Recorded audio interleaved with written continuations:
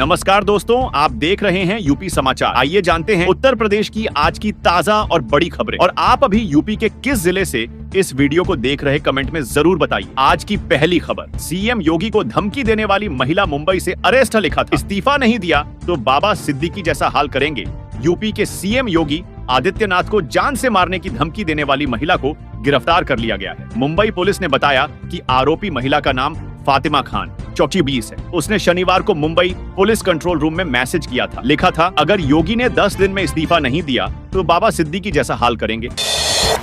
UP में आज वकील हड़ताल पर बार काउंसिल ने प्रदर्शन का ऐलान किया। गाजियाबाद कोर्ट रूम में लाठीचार्ज का विरोध। गाजियाबाद जिला न्यायालय परिसर में वकीलों पर पुलिस के बर्बरता पूर्वक लाठीचार्ज के विरोध में 4 नवंबर सोमवार को यूपी बार काउंसिल ने विरोध प्रदर्शन का ऐलान किया है। ऐसे में सोमवार को प्रदेश भर में वकील हड़ताल पर रहेंगे। यूपी के सभी जिलों में विरोध प्रदर्शन की तैयारी है। न्यायिक कार्य से विरत रहकर वकील अपनी आवाज बुलंद करेंगे। यूपी बार काउंसिल के ऐलान के बाद इलाहाबाद हाईकोर्ट बार एसोसिएशन ने भी सोमवार को न्यायिक कार्य न करने की घोषणा की है। ऐसे में हाईकोर्ट में भी वकील कामकाज नहीं करेंगे। हाईकोर्ट बार एसोसिएशन की आपातकालीन बैठक कर सर्वसम्मति से प्रस्ताव पास किया गया कि 4 नवंबर को वकील कामकाज ठप रखेंगे। इलाहाबाद हाईकोर्ट बार एसोसिएशन के अलावा यूपी के अन्य जिलों में भी वकीलों ने बैठक कर हड़ताल पर रहने और विरोध प्रदर्शन का ऐलान किया है। ऐसे में कानून व्यवस्था न बिगड़े, इसे लेकर पुलिस और जिला प्रशासन ने भी सुरक्षा इंतजाम की है।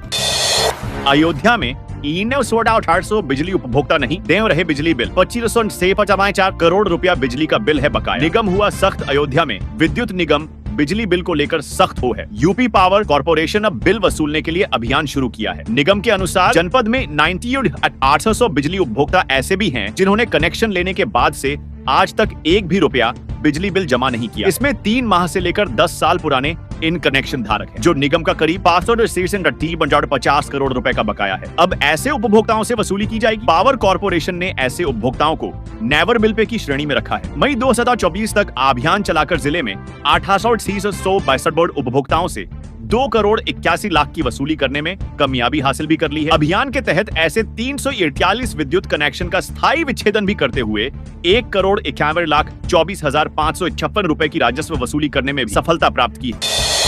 यूपी में बंद हो सकते हैं 27,000 सरकारी स्कूल। जाने क्या इसके पीछे का कारण? उत्तर प्रदेश में 27,000 सरकारी स्कूल बंद हो सकते हैं। कहा जा रहा कि इन स्कूलों में बच्चों की एनरोलमेंट काफी कम है। उत्तर प्रदेश से बड़ी खबर सामने आ रही है। यहाँ करीबन 87,000 बेसिक स्कूल बंद हो सकते हैं। शिक्षा विभाग ने इसकी तैयारी लगभग पूरी कर ली है। विभाग उन स्कूलों को बंद करने की तैयारी में है जिनमें छात्रों की संख्या 50 से कम है। बताया जा रहा कि यहाँ पढ़ रहे बच्चों को पास के नजदीकी स्कूलों में एडजस्ट किया जाएगा। डीजी ने हाल ही में हुई समीक्षा बैठक में इस संबंध में सभी जिलों के बीएसए को निर्देशित किया है। जल्द बंद हो सकते हैं 27,000 स्कूल। प्रदेश में 27,000 बेसिक स्कूल जल्द बंद हो सकते हैं। डीजी कंचन वर्मा ने समीक्षा बैठक में इन स्कूलों के मर्जर की तैयारी के निर्देश दिए हैं। बैठक में कहा गया कि यूपी में 50 से कम छात्र वाले परिषदीय स्कूलों का दूसरों में विलय किया जा सकता है। इस बारे में 14 नवंबर तक बेसिक शिक्षा अधिकारी रिपोर्ट तैयार करेंगे। जानकारी दे दें कि प्रदेश के 274 परिषदीय स्कूलों में 50 से कम विद्यार्थी। ऐसे में कम संख्या वाले विद्यालयों का ग्राम पंचायत के दूसरे स्कूल या अन्य ग्राम पंचायत के विद्यालय में विलय किया जा सकता है।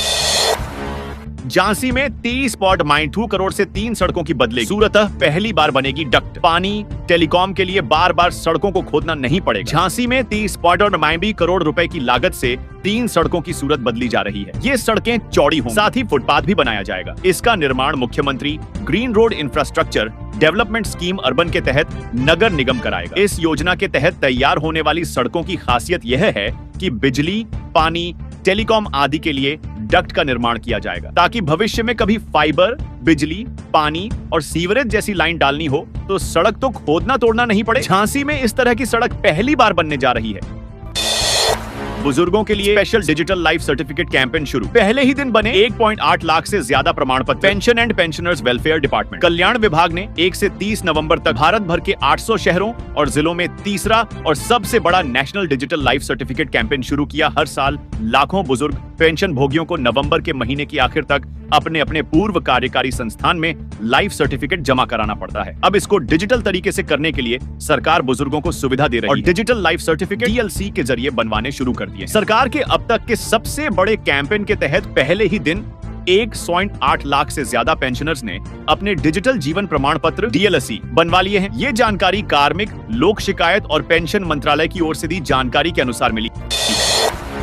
अयोध्या के 464 कॉलेजों का दोबारा हुआ क्रॉस जियो लोकेशन। यूपी बोर्ड परीक्षा केंद्रों की सूची जल्द होगी जारी। 2 लाख से अधिक छात्र देंगे परीक्षा। माध्यमिक शिक्षा विभाग ने बोर्ड परीक्षा केंद्रों के निर्धारण की प्रक्रिया को अंतिम चरण में पहुंचा दिया है। अयोध्या के 464 कॉलेजों का दोबारा जियो लोकेशन कराया गया क्योंकि कुछ कॉलेजों ने त्रुटिपूर्ण जियो लोकेशन भरी थी। जल्द ही बोर्ड से परीक्षा केंद्रों की सूची जारी की जाए। जिले में यूपी बोर्ड की हाई स्कूल और इंटर की परीक्षा कराने के लिए विभाग केंद्र बनाने की तैयारी में है। DIUS ने कर्मचारियों को लगाकर जिले के विद्यालयों की क्रॉस जियो लोकेशन कराई। कर्मचारियों ने 20 सितंबर सभी विद्यालयों का जियो लोकेशन का कार्य पूरा कर लिया है।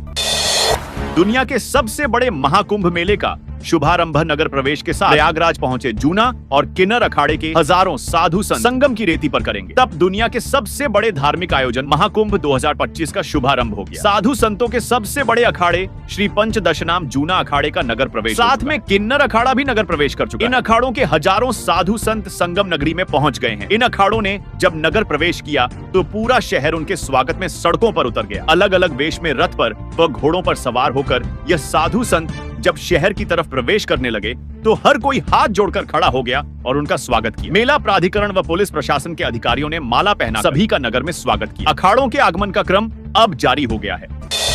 गोरखपुर में ट्रैफिक एक्सीडेंट्स पर लगेगी लगामा हाईवे और सिटी में बनेगी modern private parking facility. Drivers के लिए मिलेंगी नई सुविधाएं। गोरखपुर सहित पूरे यूपी में ट्रैफिक जाम और एक्सीडेंट्स की प्रॉब्लम को सॉल्व करने के लिए अब परिवहन विभाग एक नया इनिशिएटिव लेने जा रहा है। जल्द ही सिटी और हाईवे पर मॉडर्न प्राइवेट पार्किंग फैसिलिटी तैयार की जाए ताकि रोड किनारे बेतरतीब तरीके से खड़ी बसों और ट्रकों को रेगुलेट किया जा सके। इस नई स्ट्रैटेजी से ट्रैफिक की स्मूथ फ्लो और सेफ्टी में सुधार आएगा। सीएम योगी की गाइडेंस में तैयार हो रहा है ये प्रपोजल। हाल ही में सीएम योगी के निर्देश पर एक हाई लेवल प्रपोजल तैयार किया गया जिसमें सिटी और हाईवे के किनारे स्ट्रक्चर्ड पार्किंग स्पेस बनाया जाएगा। इससे हाईवे पर रैंडम तरीके से खड़े ट्रकों और बसों की वजह से होने वाले एक्सीडेंट्स को कम करने में हेल्प मिलेगी। आगरा में जाम से वाहन चालक रहे परेशान है। एक्सप्रेसवे पर 4 घंटे तक वाहन रेंग रेंग कर चले। सैलानियों की गाड़ियां भी फंसी रही। आगरा में भैया दूज पर वाहन चालक जाम से परेशान रहे। यमुना एक्सप्रेसवे, फतेहाबाद रोड, यमुना किनारा रोड पर यातायात व्यवस्था चरमराई रही। सैकड़ों की संख्या में वाहन चालक जाम में फंसकर परेशान होते रहे। लखनऊ में रोबोट करेंगे साफ सफाई का काम। 10 रोबोट खरीदेगा नगर निगम। जनवरी तक 20 रोबोट खरीदने का टारगेट। शहर में सफाई व्यवस्था से परेशान नगर निगम 10 रोबोट खरीदेगा जिससे कि छोटे इलाके और गलियों में बेहतर सफाई हो सके। इनसे नाले की सफाई भी हो सकती है। नगर निगम ने इसको लेकर तैयारियां पूरी की। नगर आयुक्त इंद्रजीत सिंह ने बताया कि सभी 8 जोन में एक रोबोट दिया जाएगा। 2 को रिजर्व रखा जाएगा।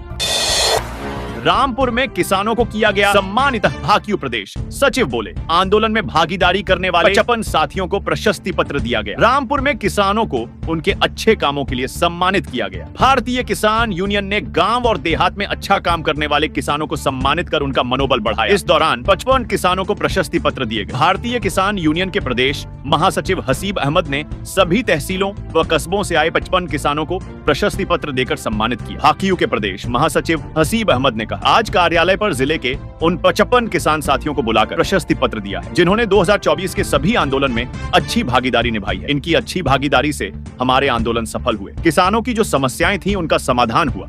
इससे हमें आत्मबल मिला। आत्मबल लगातार मिले इसके लिए अपने किसान साथियों को सम्मानित किया।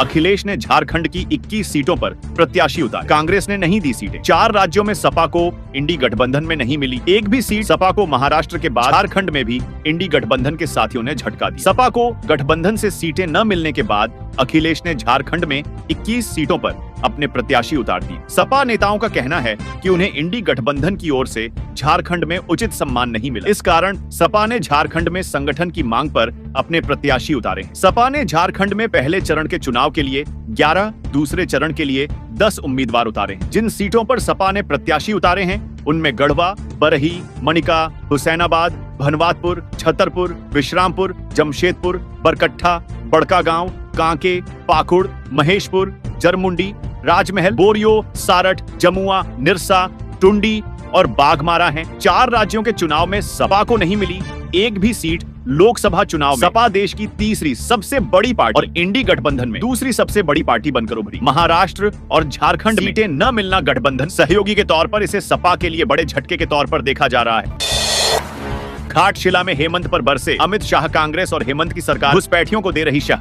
हमारी सरकार इन्हें छोड़ेगी नहीं। केंद्रीय गृह मंत्री अमित शाह ने हेमंत सरकार पर जमकर निशाना साधा। घाटशिला में रविवार को अपनी पहली जनसभा में उन्होंने कहा कि हमारी सरकार आई तो घुसपैठियों को छोड़ेंगे नहीं। कांग्रेस और हेमंत सोरेन की सरकार इनको शह दे रही है। महिलाओं को हर माह आरओसी 100-300 यूनिट फ्री बिजली का ऐलान। इससे पहले रांची में सुबह भाजपा ने अपना घोषणा पत्र जारी कर दिया। खास बात है कि भगवान बिरसा मुंडा की 195वीं जयंती को ध्यान में रखकर 150 संकल्प जारी किया गया। इसमें 300 यूनिट बिजली फ्री, 500 रुपए में गैस सिलेंडर और 1.25 करोड़ घरों को सोलर ऊर्जा से जोड़ने का ऐलान किया गया। साथ ही महिलाओं को गोगो दीदी योजना के तहत हर माह 2100 रुपए देने का वादा किया गया। संकल्प पत्र केंद्रीय गृह मंत्री अमित शाह ने जारी किया। महिलाओं और युवाओं पर भाजपा का जोर। गोगो दीदी योजना के तहत महिला को हर माह की 11 तारीख को 2100 रुपए सीधे उनके अकाउंट में दिया जाएगा। तो स्नातक और स्नातकोत्तर बेरोजगारों को 2 साल तक प्रतिमाह 2000 रुपए भत्ता। 3 पहले साल में 1.5 लाख सरकारी पदों पर नियुक्ति। 5 साल में 2.58 लाख पदों पर नियुक्ति करेंगे। पेपर लीक को रोकने के लिए सख्त कानून बनाया जाएगा। 5 अग्निवीरों को सरकारी नौकरी की गारंटी। सभी परिवारों 500 रुपए में गैस सिलेंडर का वादा। त्योहार में 2 बार फ्री सिलेंडर देंगे। भाजपा 300 यूनिट बिजली फ्री देगी। 8.25 करोड़ घरों को सोलर ऊर्जा से जोड़ने का वादा। 9 किडनी के मरीजों की फ्री डायलिसिस की सुविधा दी जाएगी। 10 सभी आदिवासी परिवारों को आयुष्मान योजना से जोड़ा जाएगा।